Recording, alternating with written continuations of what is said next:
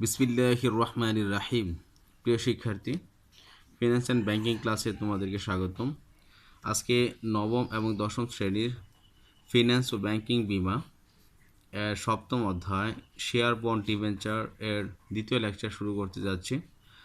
আজকে আমরা এই অধ্যায় থেকে আলোচনা করব বাংলাদেশের শেয়ার বাজার সম্পর্কে, শেয়ার বাজারের বিনিয়োগ পদ্ধতি, অর্থাৎ শেয়ার বাজারে কয় ধরনের শেয়ার ক্রয় করা যায় এই ব্যাপারে আজকে আলোচনা করব।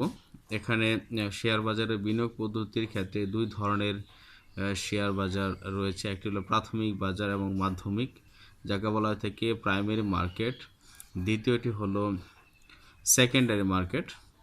এখানে দুই ধরনের বাজার রয়েছে। তৃতীয় নম্বর হলো লভ্যাংশ নীতি, অর্থাৎ একটি প্রতিষ্ঠান কত উপায়ে কত ধরনের পদ্ধতি ফলো করে শেয়ার হোল্ডার বা শেয়ার মালিকদেরকে লভ্যাংশ দিয়ে থাকে। আমরা আজকে সেই সম্পর্কে আলোচনা করব, আল্লাহ তৌফিক দান করলে। প্রিয় শিক্ষার্থী, আমরা দীর্ঘদিন ধরে ফিন্যান্স ব্যাংকিং এই ক্লাসটি অনলাইনের মাধ্যমে তোমাদেরকে নিতেছি। আশা করি তোমাদের আল্লাহর কাছে অনেক শুকরিয়া যে আলহামদুলিল্লাহ আমরা এই ক্লাসগুলো সুচারু বা ভালোভাবে নিতেছি এবং তোমাদের সিটি পরীক্ষাগুলোর মাধ্যমে বুঝতে পারছি যে তোমাদের পড়াশোনাটা ভালো হচ্ছে। যারা বিশেষ করে স্পেশালি পার্টিসিপেট করতেছো এই অধ্যায়গুলোতে, তোমরা বেশি বেশি আমাদের লেকচারগুলো দেখতেছো, তোমাদের আশা করি সবাই উপকৃত হচ্ছে এবং পরবর্তীতে যে কোনো কনফিউশন থাকলেও দেখছি তোমরা হেল্প নিতেছো।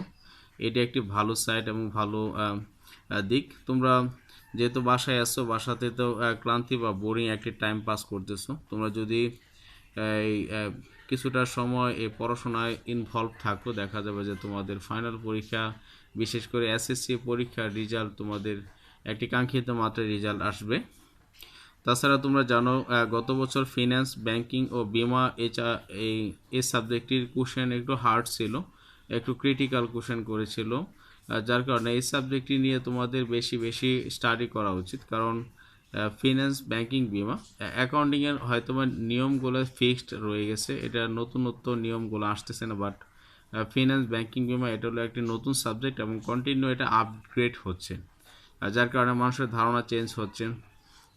যুগের পরিবর্তনের সাথে সাথে মানুষের নীতি নিয়ম এবং তার পদ্ধতিগুলো পরিবর্তন হচ্ছে এবং ফিন্যান্স ব্যাংকিংয়ের নতুন অধ্যায়গুলো সংযুক্ত হচ্ছে, যার কারণে তোমাদের এই সাবজেক্টের সম্পর্কে ভালো ধারণা এবং আধুনিক ধারণাগুলো, অর্থাৎ কন্টিনিউ আপডেট কী হচ্ছে সেই সম্পর্কে কন্টিনিউ ধারণা রাখতে হবে। যেমন যদি আমি বলতে বাংলাদেশ শেয়ার বাজার পরিচালনা করতেছে, পরিচালনা পরিষদ সবসময় চেঞ্জ হয়ে থাকে। তারপরে হলো যেটা বিভিন্ন সেক্টরগুলোতে প্রাইমারি মার্কেট, সেকেন্ডারি মার্কেটের নিয়ম নীতিগুলো কন্টিনিউ পরিবর্তনশীল হয়ে থাকে। দেশের অর্থনৈতিক অবস্থা অনুযায়ী বিভিন্ন নীতি এবং পদ্ধতিগুলো সরকার ফলো করে থাকে, এগুলো আমাদের সবসময় ধারণা রাখতে হবে। তারপর শেয়ার বাজারের শেয়ারগুলো কেমন থাকে, শেয়ার বাজারের দেশের অবস্থাগত পরিবর্তন হওয়ার কারণে শেয়ার বাজারের সূচক বৃদ্ধি পাচ্ছে না হ্রাস পাচ্ছে, এটা কন্টিনিউ ফ্ল্যাকচুয়েশন করে, অর্থাৎ ওঠানামা করে, যার কারণে ফিন্যান্সের তথ্যগুলোকে আমাদের আপডেট রাখতে হয় সবসময়, পত্রিকা পড়ে। তারপর হলো সাবজেক্টগুলো ভালো করে ধারণা নিলে আমি এই সাবজেক্টটি তোমরা ভালো করে বুঝতে পারবে এবং আমরা সঠিক মতো এবং সফল কাম হতে পারবো এই সাবজেক্ট সম্পর্কে। সো প্রিয় শিক্ষার্থী, বাংলাদেশের শেয়ার বাজার নিয়ে যদি আমরা আলোচনা করতে চাই, আমাদের বাংলাদেশের শেয়ার বাজার সম্পর্কে, শেয়ার বাজার বলতে কী বোঝায় ফার্স্টে বুঝতে হবে যে পৃথিবীর প্রত্যেকটি পণ্য ক্রয় এবং বিক্রয় করার ক্ষেত্রে তাদের স্পেসিফিক বাজার রয়েছে। তেমনি শেয়ারকে ক্রয় এবং বিক্রয় করার জন্য একটি প্রতিষ্ঠান রয়েছে, সাধারণত এই প্রতিষ্ঠানকে শেয়ার বাজার বলা হয়ে থাকে।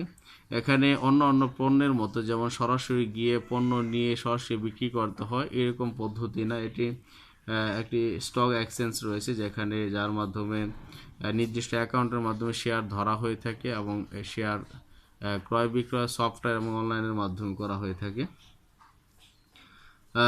সাধারণত শেয়ার বাজারের ক্ষেত্রে শেয়ার, ঋণপত্র ইত্যাদি লেনদেন করা হয়ে থাকে। তাছাড়া এটি একটি সংগঠিত বাজার, এখানে শুধুমাত্র যারা শেয়ার হোল্ডার, অর্থাৎ যারা শেয়ার ক্রয় করে সদস্য হয়েছে তারা এখানে লেনদেন করতে পারে। শেয়ার বাজারে। তাছাড়াও বাংলাদেশে দুই ধরনের শেয়ার বাজার রয়েছে, একটি হলো ঢাকা স্টক এক্সচেঞ্জ যাকে বলা হয় থেকে 1 নম্বর ডিএসসি যাকে বলে ঢাকা স্টক এক্সচেঞ্জ। আমরা ঢাকা স্টক এক্সচেঞ্জ সম্পর্কে যদি তথ্য দিতে চাই প্রিয় শিক্ষার্থী, আমাদের জানতে হবে ঢাকা স্টক এক্সচেঞ্জ কত সালে প্রতিষ্ঠিত এবং তার ইতিহাসটা কি। সর্বপ্রথম ঢাকা স্টক এক্সচেঞ্জের ক্ষেত্রে 1954 সাল, এই সময় এটার নাম ছিল ইস্ট পাকিস্তান স্টক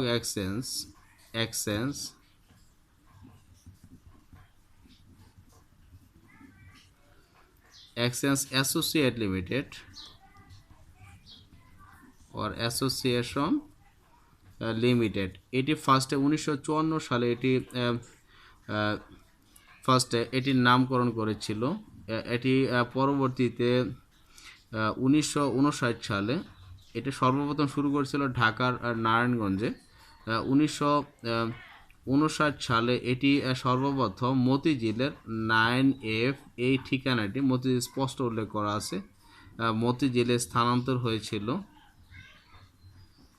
মতিঝিলের বাণিজ্যিক এলাকা এখানে 1959 সালে এটি স্থানান্তর হয়েছিল প্রিয় শিক্ষার্থী। পরবর্তীতে আমরা যদি দেখতে চাই, তারপর দেখা যাচ্ছে যে 1962 সালে ঠিক এই সময় এটির নাম কিছু পরিবর্তন হয়েছিল। তখন east Pakistan stock exchange limited অর্থাৎ অ্যাসোসিয়েট নামটা পরিবর্তন করে শুধুমাত্র ইস্ট পাকিস্তান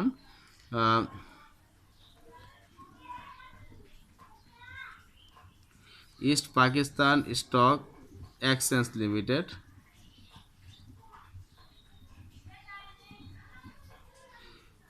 লিমিটেড নামকরণ করা হয়েছিল। আর সবচেয়ে বেশি এটা চেঞ্জ হয়েছিল 1964 সালে প্রিয় শিক্ষার্থী। যদি তোমরা একটু ক্লিয়ার দেখো তাহলে দেখা যাচ্ছে যে এটা পরবর্তীতে 1964 সালে সবচেয়ে বেশি পরিবর্তন হয়ে এটা ঢাকা স্টক এক্সচেঞ্জ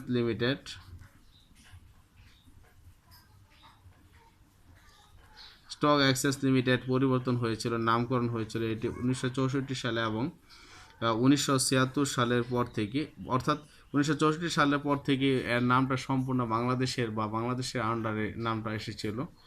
পরবর্তীতে 1976 সালে, অর্থাৎ এর মাঝে তার কার্যক্রমগুলো বন্ধ হয়েছিল, পুনরায় কার্যক্রম শুরু করেছিলেন। অর্থাৎ দেশ যখন স্বাধীন হয়েছিল সেই স্বাধীনতার সময় এর কার্যক্রমটা অনেকটা স্থবির হয়ে গেছিল, বন্ধ হয়ে গেছিল। পরবর্তীতে এটির কার্যক্রম সম্পূর্ণ নতুন করে শুরু হয়েছিল প্রিয় শিক্ষার্থী। গঠনকাল যদি আমরা বলতে চাই তাহলে বলতে পারি যে এটি একটি পাবলিক লিমিটেড কোম্পানি। এখানে সাধারণত যারা শেয়ার ক্রয় করে তারাই এই প্রতিষ্ঠানের সদস্য হতে পারবে। এটি 1913 সালের কোম্পানি আইন দ্বারা গঠিত এবং বর্তমানে 1994 সালের কোম্পানি আইন দ্বারা পরিচালিত। অর্থাৎ ঢাকা স্টক এক্সচেঞ্জ 1994 সালের কোম্পানি আইন দ্বারা প্রতিষ্ঠিত হয়েছিল। 1993 সালে সিকিউরিটি অ্যান্ড এক্সচেঞ্জ কমিশন আইন, 1994 সালে security and exchange commission regulations, এই দুইটি আইন দ্বারা ঢাকা স্টক এক্সচেঞ্জ সম্পূর্ণ পরিচালনা হয়েছিল। আর সাধারণত এর পরিচালনা পর্ষদের মধ্যে 12 জন ঢাকা স্টক এক্সচেঞ্জ সদস্যের মধ্যে নির্বাচিত এবং অন্যান্য 12 জন বিভিন্ন বাণিজ্যিক সমজাতীয় সংস্থা কর্তৃক নির্বাচিত।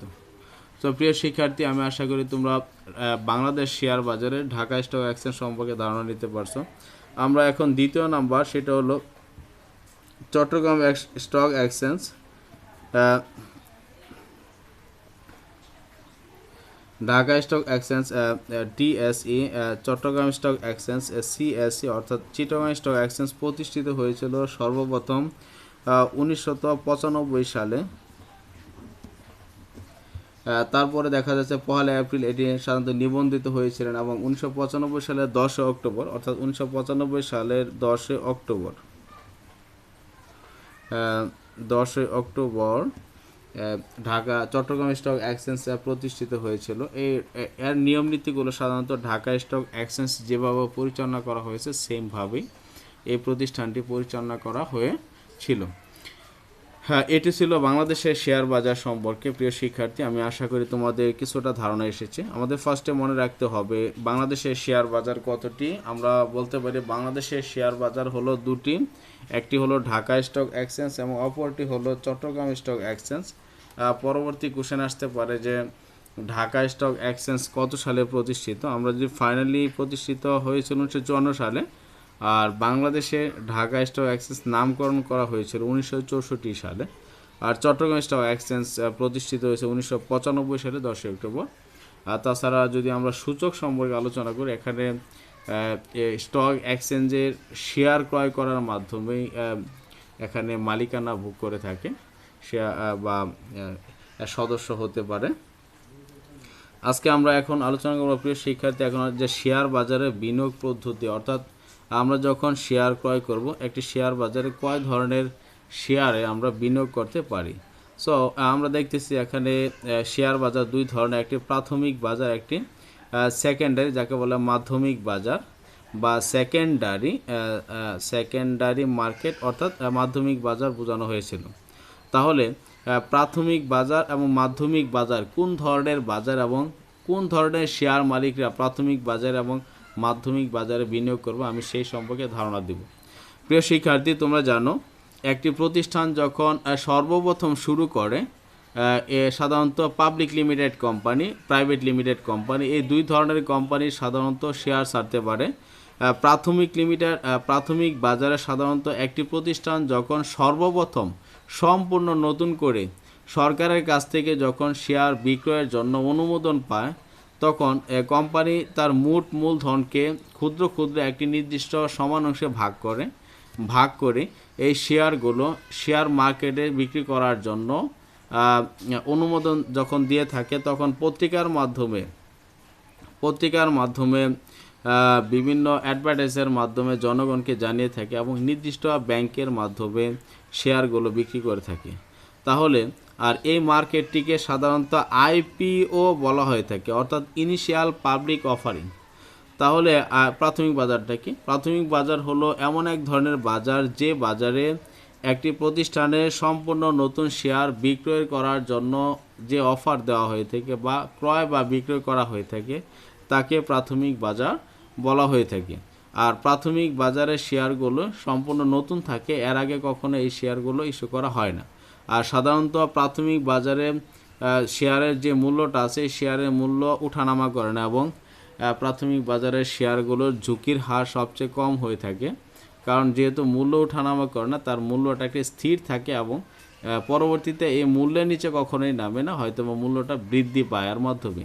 যার কারণে প্রাথমিক বাজারে সাধারণত যারা কম ঝুঁকি নিতে চায়, সাধারণত স্টুডেন্ট লেভেল যারা প্রাথমিক পর্যায়ে শেয়ার বাজার সম্পর্কে ধারণা নিতে চায়, তারা সাধারণত প্রাথমিক বাজার বিনিয়োগ করে থাকে। আমি আশা করি প্রিয় শিক্ষার্থী তোমরা বুঝতে পারছো। আর প্রাথমিক বাজারে যে সমস্ত ব্যাংক বা আর্থিক প্রতিষ্ঠান শেয়ারগুলো বিক্রয়ের দায়িত্ব পালন করে, তাদের জন্য কোম্পানি একটি নির্দিষ্ট হারে কমিশন দিয়ে থাকে, অর্থাৎ প্রত্যেকটি শেয়ার বিক্রয়ের বিনিময়ে কোম্পানি একটি নির্দিষ্ট হারে কমিশন দিয়ে থাকে। আর যাদেরকে এই দায়িত্বটা দেওয়া হয়ে থাকে, যারা এই শেয়ারটা বিক্রি করার দায়িত্ব নিয়ে থাকে, তাদেরকে অবলেখক বা আন্ডার রাইটার্স বলা হয়ে থাকে, অর্থাৎ যারা বিক্রয়ের দায়িত্ব পালন করে তাদেরকে আন্ডার রাইটার অথবা অবলেখক বলা হয়ে থাকে। প্রিয় শিক্ষার্থী, আমি আশা করি তোমরা প্রাথমিক বাজার সম্পর্কে ধারণা নিতে পারছো। আমি এখন মাধ্যমিক বাজার বা সেকেন্ডারি মার্কেট সম্পর্কে ধারণা দেব। এটি খুবই ইম্পর্টেন্ট। সেটা হলো, মনে করো একটি প্রতিষ্ঠান 1000 শেয়ার মার্কেটে ছেড়েছে। 1000টি শেয়ার 100 টাকা করে মার্কেটে ছেড়েছিল। তাহলে প্রতিষ্ঠান 1000টি শেয়ার 100 টাকা করে বিক্রি করলে সে 1 লক্ষ টাকা সে সংগ্রহ করবে। এখন এই 1000টি শেয়ার মালিক যারা প্রাথমিক বাজারে শেয়ার ক্রয় করেছিল, তাদের এই শেয়ারগুলো, আমরা জানি সাধারণত শেয়ার হলো এক ধরনের তারল্য সম্পদ, যা যে কোনো সময় বিক্রি করে নগদ অর্থে রূপান্তর করা যায়। তাহলে আমার প্রশ্ন হলো, এই 1000 শেয়ারের মালিক, ইন কেস অফ আমি যদি 10টি শেয়ার পেয়ে থাকি প্রাথমিক বাজার থেকে, তাহলে এই আমার 10টি শেয়ার পরবর্তীতে যদি আমি বিক্রি করতে চাই তাহলে কোথায় বিক্রি করব? কারণ প্রাথমিক বাজারে তো সম্পূর্ণ নতুন শেয়ার বিক্রি করব। আর আমি যে শেয়ারটা ক্রয় করছি এই শেয়ারটা তো অলরেডি বিক্রি হয়ে গেছে এবং সেটা পুরাতন হয়ে গেছে। তাহলে বোঝা যাচ্ছে যে আমি যে শেয়ারটা পুনরায় বিক্রি করব তখন অবশ্যই আমার একটি মার্কেটে যেতে হবে। আর যে মার্কেটে গিয়ে পুনরায় নতুন শেয়ারটা আমি বিক্রি করতেছি সেই বাজারটাকে মাধ্যমিক বাজার বলা হয়।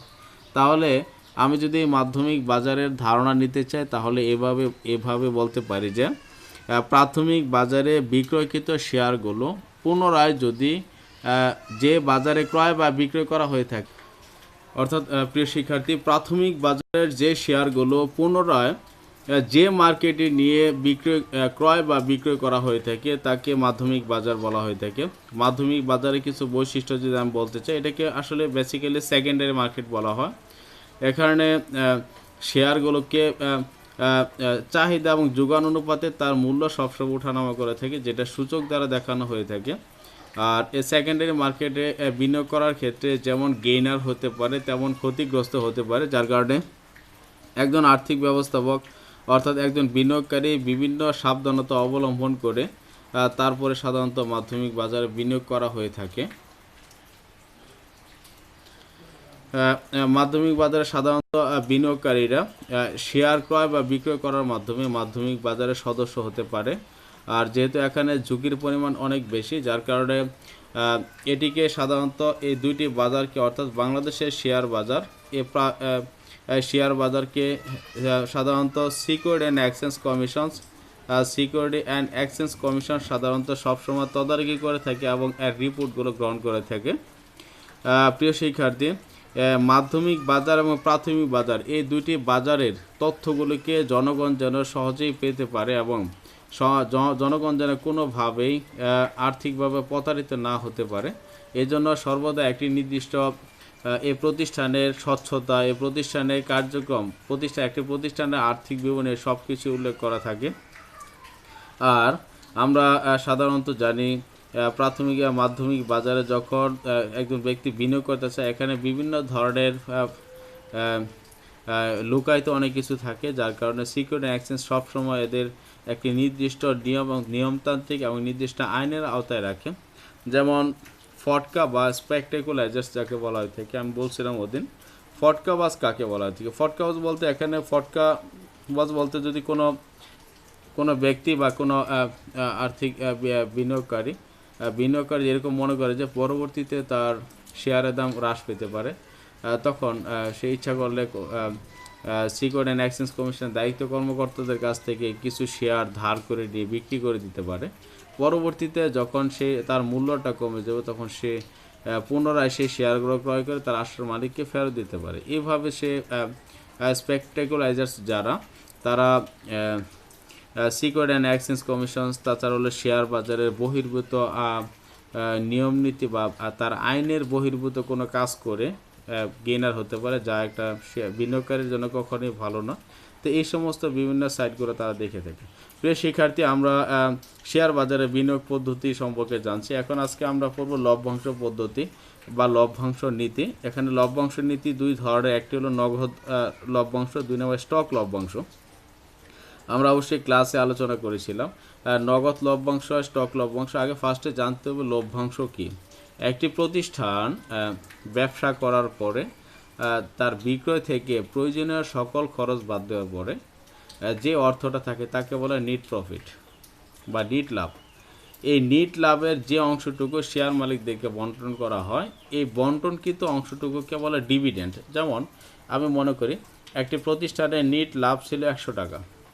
এই 100 টাকাকে দুইটি ভাগে ভাগ করবে। একটি হলো প্রতিষ্ঠান তার সংরক্ষণ করে রাখবে, মনে করে আমি 30 টাকা সংরক্ষণ করেছি, আর 70 টাকা সে বন্টন করবে শেয়ার মালিকদেরকে। তাহলে আমার প্রশ্ন হলো যেটা, এই 70 টাকা যেটা সে বিনিয়োগ করবে বা শেয়ার মালিকদেরকে বন্টন করবে, এই অর্থ সে দুইটি ভাগে ভাগ করে দিতে পারে। এক হলো সম্পূর্ণ নগদ টাকায় বন্টন করে দিতে পারবে।